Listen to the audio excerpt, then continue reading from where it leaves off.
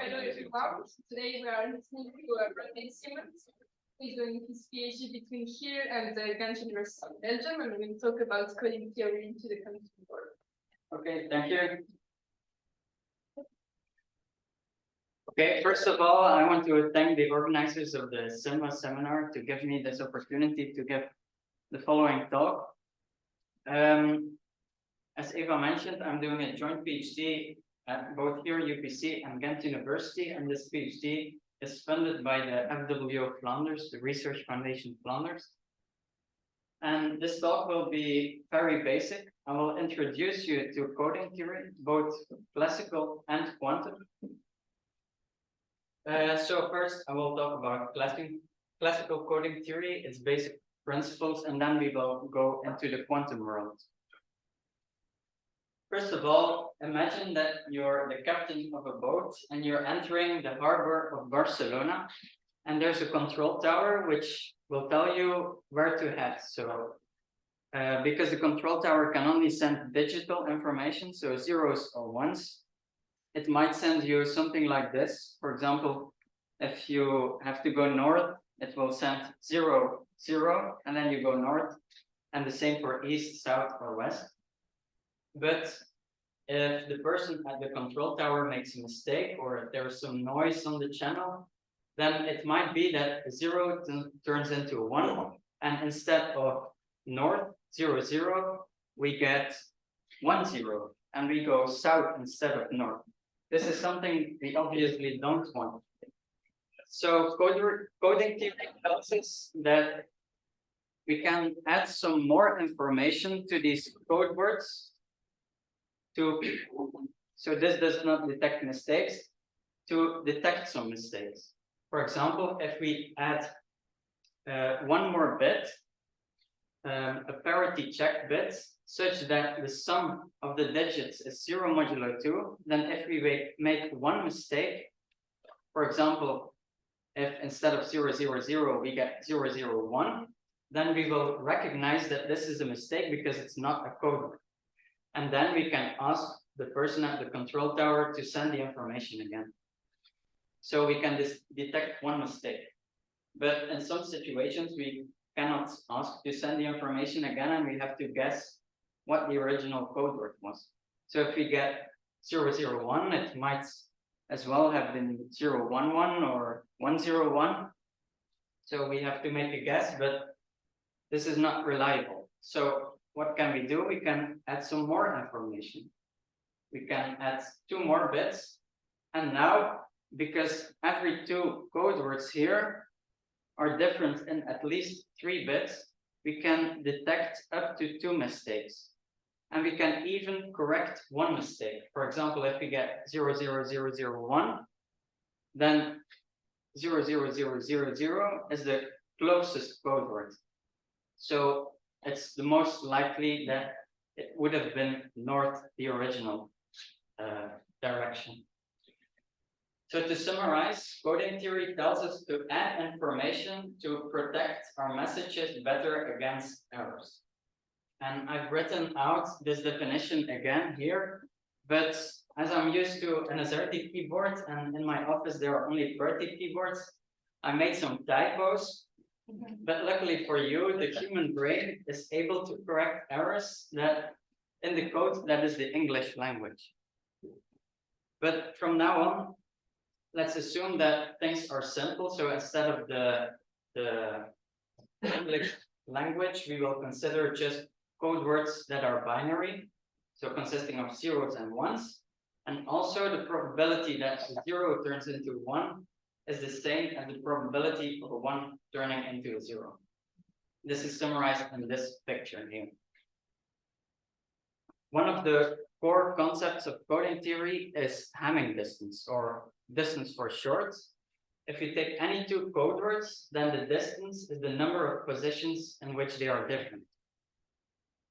So if we have a code where the minimum distance between any 2 code words is d, then we're able to detect d-1 errors, because if we change the bits on d-1 positions, we will not get another code word, and we will detect that that word that we get is not one of the words in the code. We can also correct some mistakes up to about d-1 divided by 2.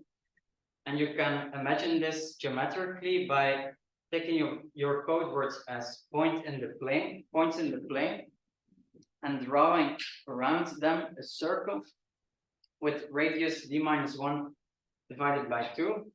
And then these circles will be disjoint.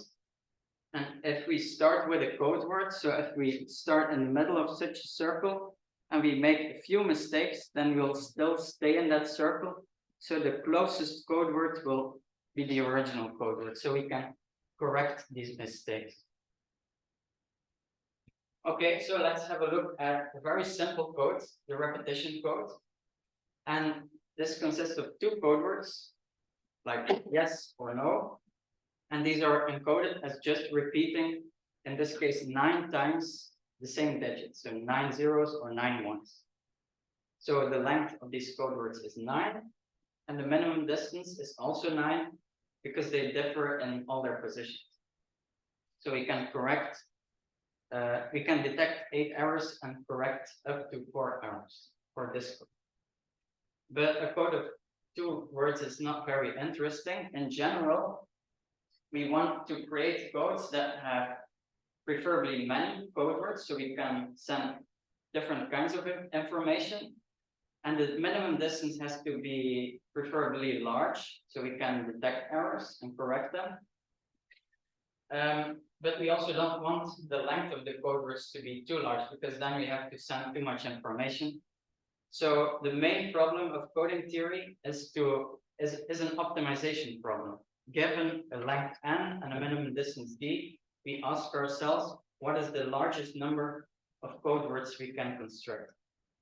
And if n and d are small, then, for example, we have the following numbers for the largest codes.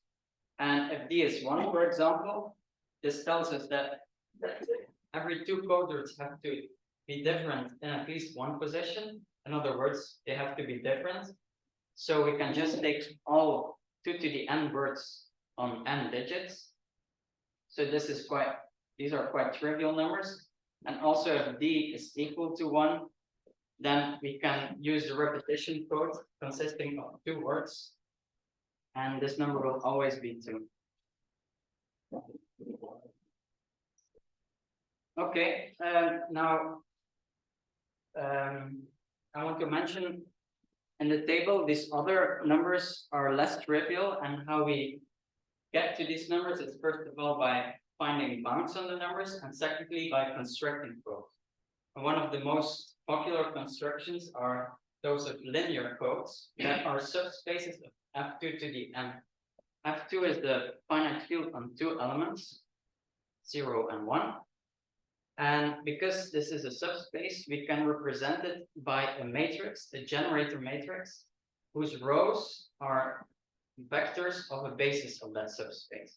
So for example, if this is the generator matrix, then 11100, 10011 will be 2 code words, as you can see here.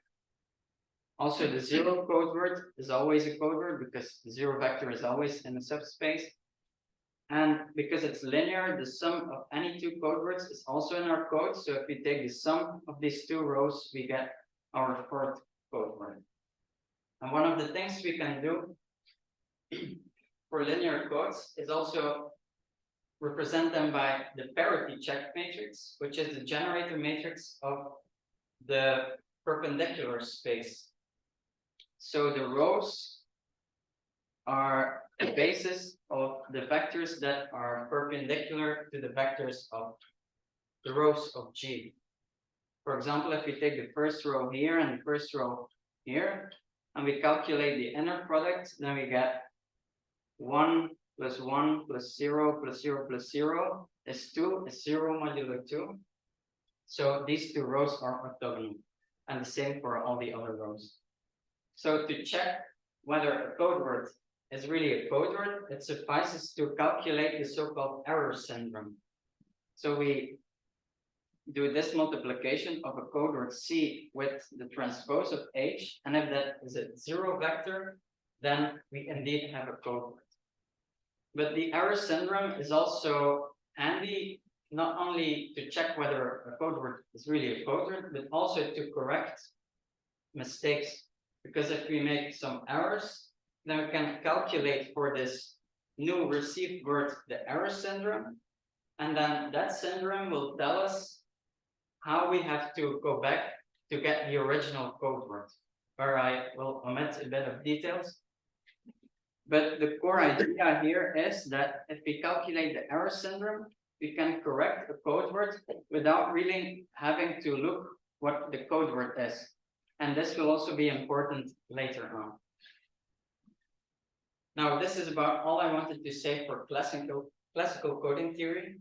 Now, parallel to the fast development of coding theory, there's also a trend in electronics to shrink the sizes of computing units every year. This is also called Moore's law. It says that each year the number of transistors in computer chips will double.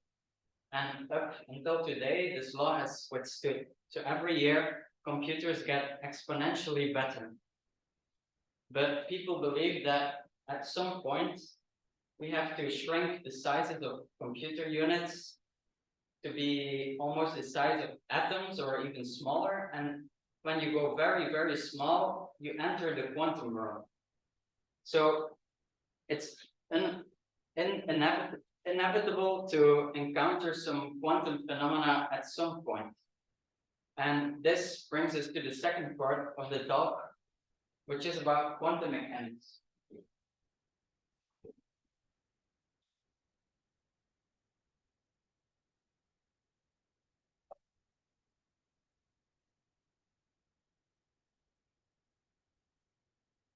Okay, so to introduce you to quantum mechanics, I will again assume that you do not have any knowledge about it.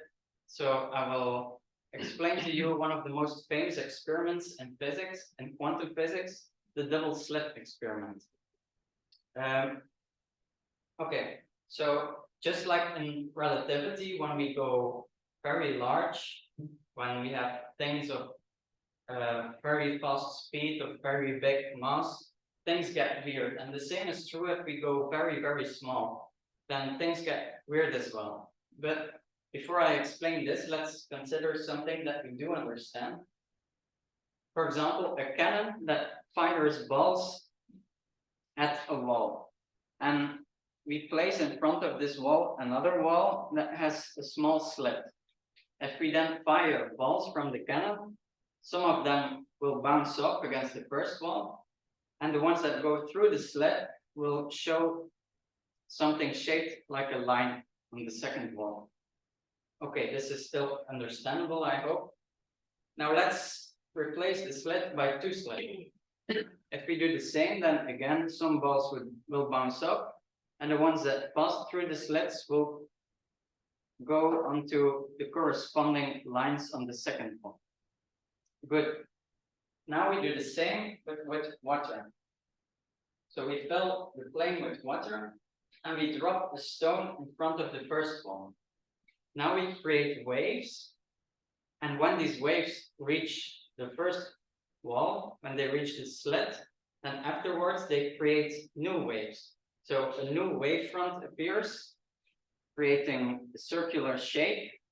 And when it reaches the second wall, it is the strongest in the middle and weaker to the sides. So we get one place where the waves are the strongest. Now two slits. If we let a wave go to the two slits, then after these slits, we get two wavefronts. And when two waves encounter each other, something funny happens. When one wave goes up and the other wave goes down, they cancel each other out and we get some flat water. So in the end, we get an interference pattern. So we don't just get one place where the wave is strongest, but a collection of lines where the wave is locally the strongest. And now scientists, well, we know this for a really long time, scientists did the same thing, but now really small with electrons. And what happens when you shoot electrons through two slits, like this, you get an interference pattern. This is strange because electrons are particles. So we would expect them to behave like cannonballs and show two lines. But instead, it seems that if we shoot an electron, then it becomes a wave, goes through the two slits, and then shows an interference pattern. So scientists were shocked and they thought, okay, let's measure through which one of the slits the electron goes. And they placed sensor, and then they did the same experiment again, but then they just saw two lines, like what appear to be normal. So if you look, then electrons behave normal, but if you don't look, then they show an interference pattern. So total panic in the scientific world. So when we shoot an electron, then at some point when it leaves the cannon, then it is in a vacuum and it does not have contact with the universe around it. And quantum mechanics tells us that when that happens, the electron is no longer an electron, but a probability wave of where the electron can be. So the electron will, with 50% chance, go through the right slit and 50% chance through the left slit. And then when it bounces off the second wall, it collapses to a fixed state and it will show an interference pattern. And this phenomenon is also often explained using another thought experiment by Erwin Schrödinger's cat. This experiment goes as follows. Schrödinger said, suppose you have a magical box that can seal something off perfectly from the world around it. Of course, this box doesn't exist because you will always hear some noise or there will disappear some heat from the box.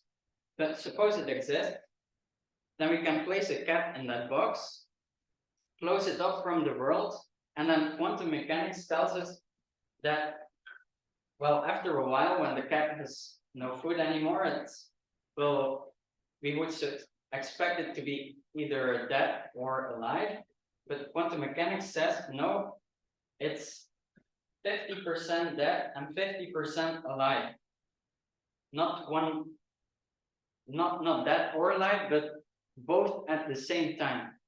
And the moment that you open the box, then this probability distribution collapses to either dead or alive.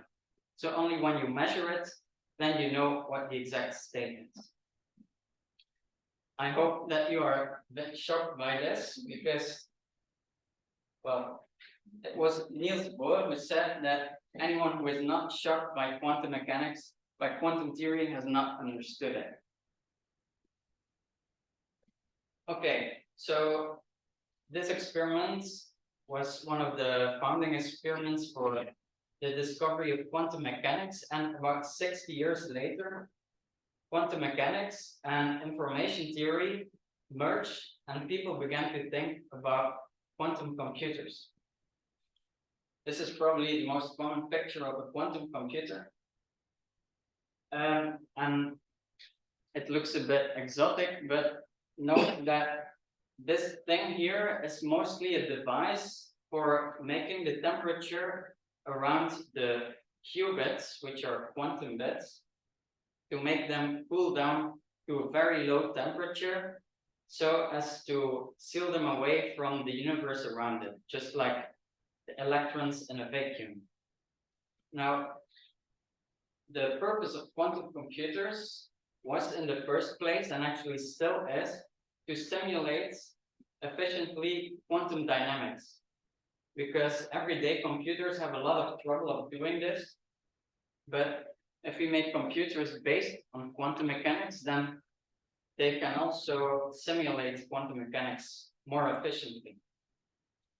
And note that, well, people expect that quantum computers will one day be very strong and replace everyday computers.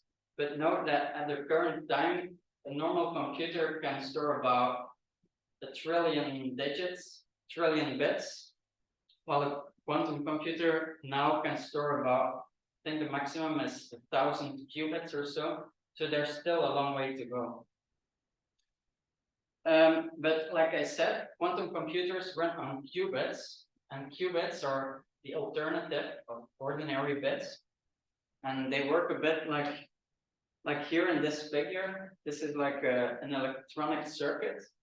And you should imagine it as being bits that are placed in the quantum computer. And these wires are not really physical wires, but just the passage of time. So over the time, we apply a series of operators on these bits, which are physically just particles in, for example, different states, spin up or spin down. So we manipulate these particles, and in the end, we get new particles.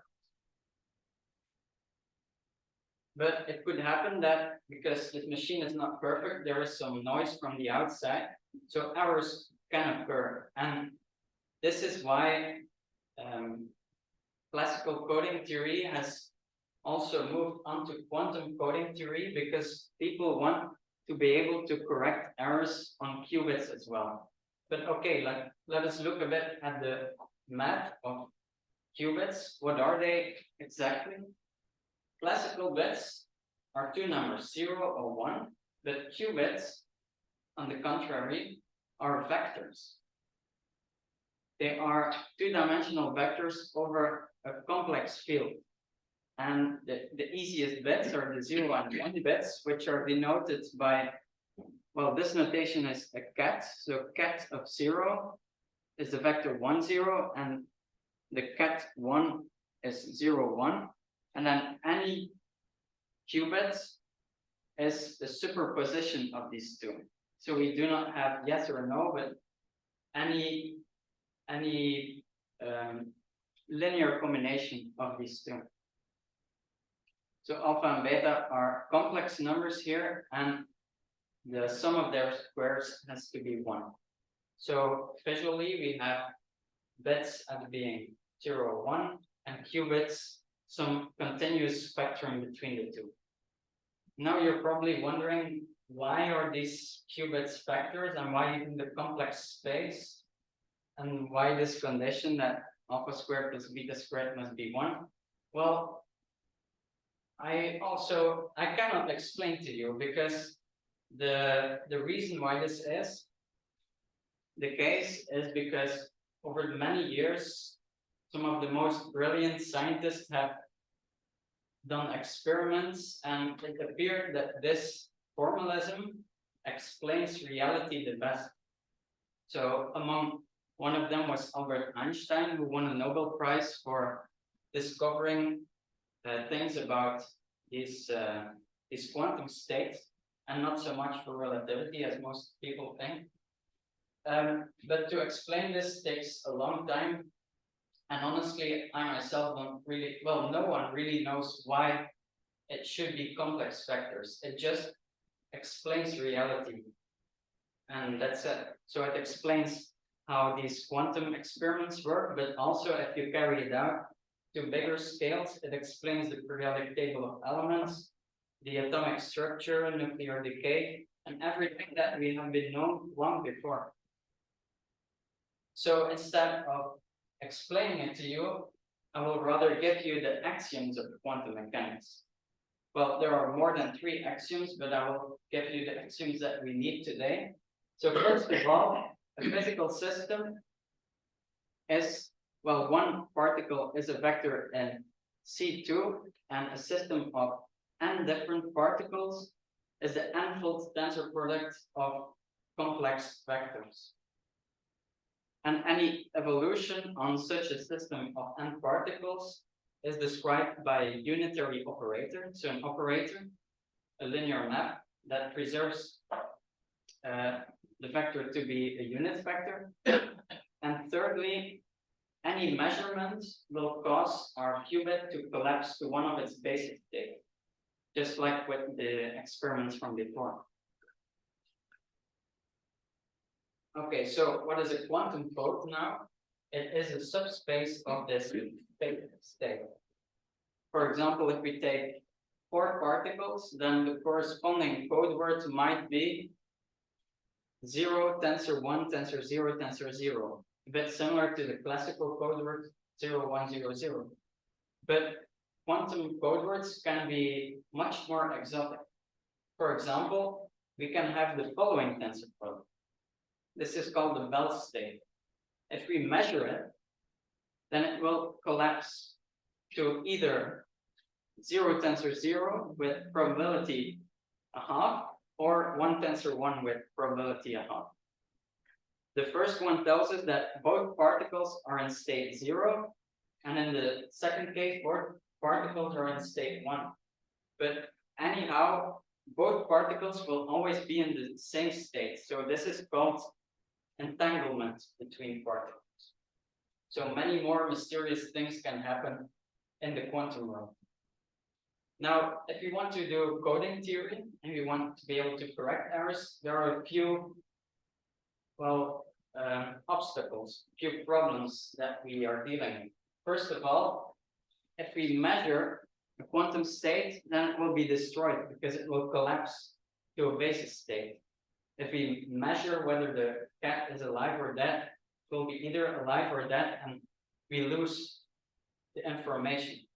But what we can do is, instead of measure it, we can measure the error syndrome. Just like for the classical linear codes, where we calculated the syndrome of a coder, we can measure the syndrome and then correct the code word based on that syndrome without having to look ahead. And then there's also a second problem. Just like qubits are a continuous spectrum, also errors are continuous.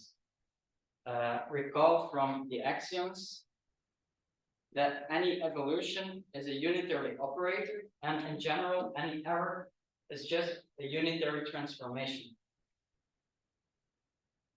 So there are infinitely many unitary transformations, but luckily for us, there's a theorem called discretization of errors that allows us to only check 3 kinds of errors. First of all, we have bit flips. And these are the errors that we have in the classical case. A bit flip converts a 0 into a 1 and a 1 into a 0. So in general, a vector alpha beta, which is alpha times 0 plus beta times 1, will be converted in beta alpha. Is there some show? Yes.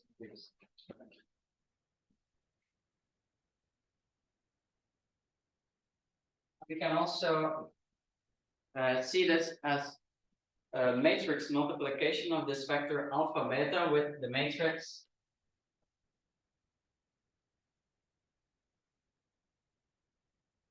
zero, 1, 1, 0. So it flips the 2 entries.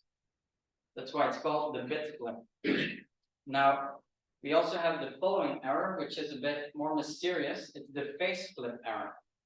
It preserves the cat 0, but 1 is sent to -1. So this is a bit equivalent to left multiplication with the 2 by 2 matrix 1, 0, 0, -1. And then the third kind of error is a combination of the two. So it's the matrix product of X and Z. And maybe you recognize these matrices because these are the Pauli matrices.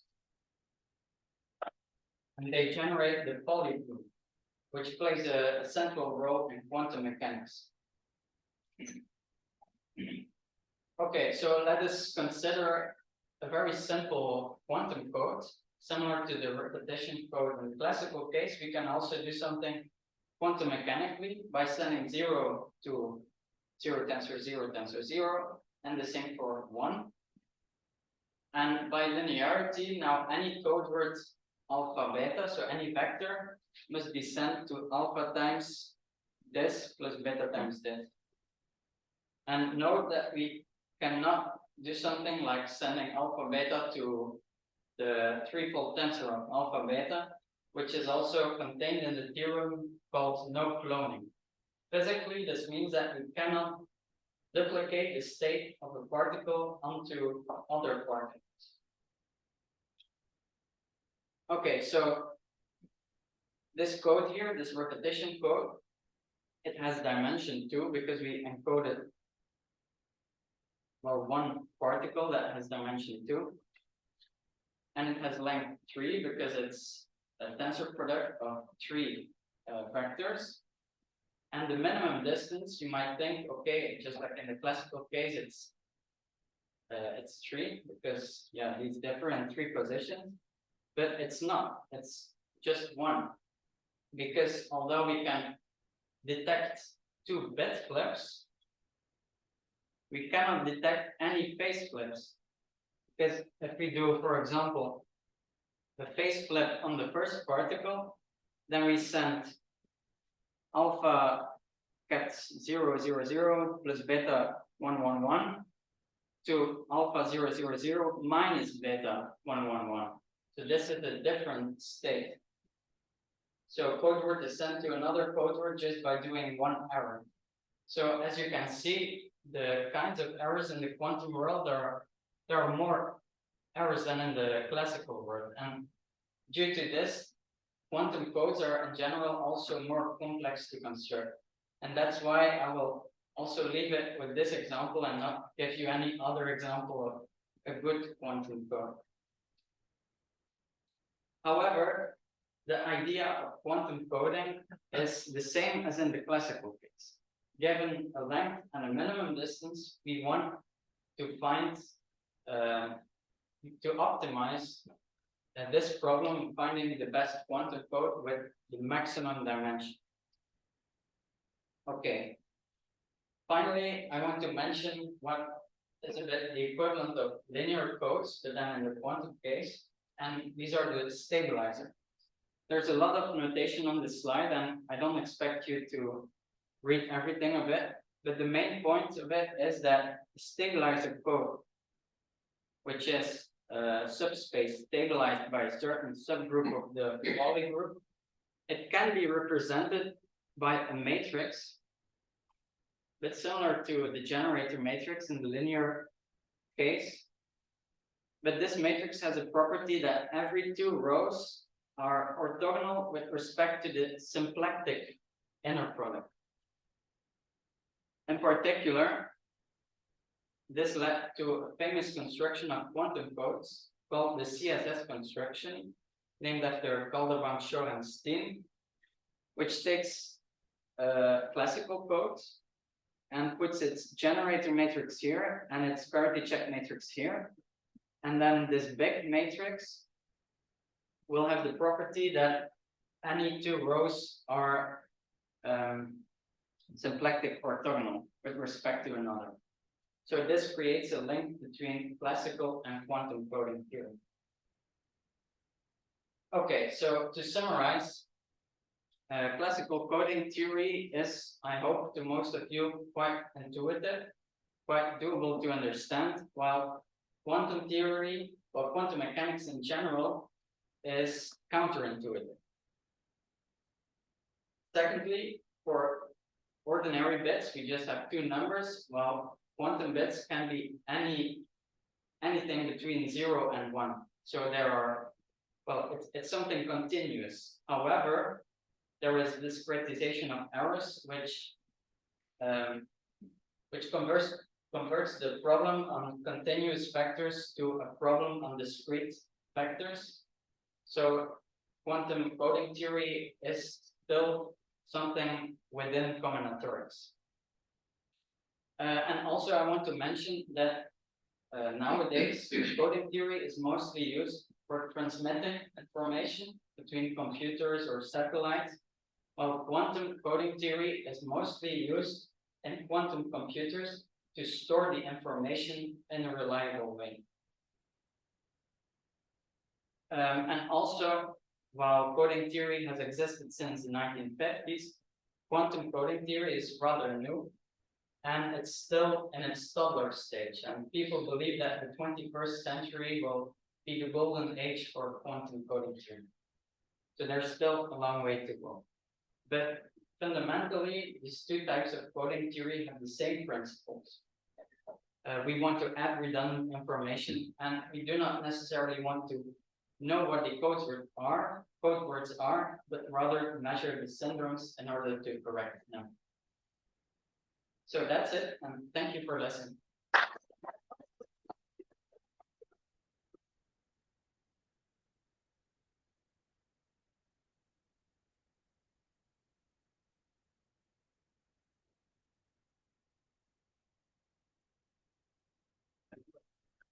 What's the intuition for the discretization of the continuous errors in quantum code? Is there physical or mathematical intuition for the proof?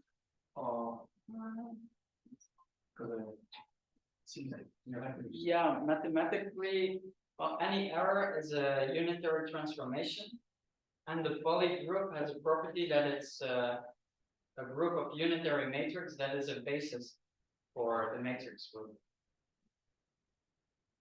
So actually, you don't necessarily need the poly group in general, but just a poly group that is a basis.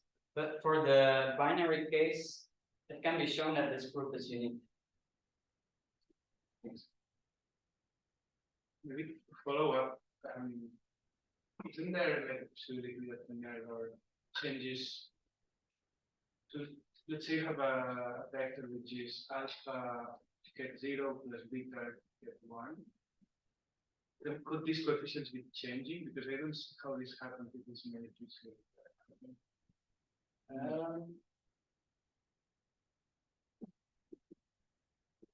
So if you consider big flips and exchange, I agree that it is. One of the things is that this coefficient and from this alpha and this beta, they are not really uniquely determined. They're determined up to a base factor. So you can multiply with any complex number with modulus 1, and then it's still the same code, at least to us, because when we measure, it's only the modulus of alpha and beta that makes sense. Like it's, yeah. When we measure, then with probability alpha squared, it's in state 0, and probability beta squared, it's in state 1. But we can never know whether alpha is 1 or I or minus 1. So it's determined up to a phase. Yes? Yeah. Not about quantum things, because I have no idea, but about classical coding theory. I had to work one time in my life with Rick Solomon. I don't know if you know it. Yeah. How it like matches? It's like it's one type of code that you can do, or With Solomon codes are like a class of codes that perform well in the optimization problem of getting codes with good minimum distance, a few small length, and many coders. and the other linear. I haven't seen these linear things before. Are they? I don't know. I think so. Yeah, I think so, but I'm not sure. It's a few years ago I studied with Solomon codes. Okay. So these linear codes are the majority of codes that are done, or it's like special kind of family, or The Rick Solomon code. no, the linear codes in general. Yeah. Well, they're the most popular kind of codes because they're, well, we can represent them nicely with the generator matrix. You have the nice property of the error syndrome, and also if things are linear, then we can have a lot of theorems about them. There's a lot of structure. While codes are non-linear, then we cannot say so much about them. So not so long after the discovery of coding theory, people mainly investigated linear codes because these give the most interesting results. But I think nowadays the focus is also going to non-linear codes, or codes that are just additive. Yeah.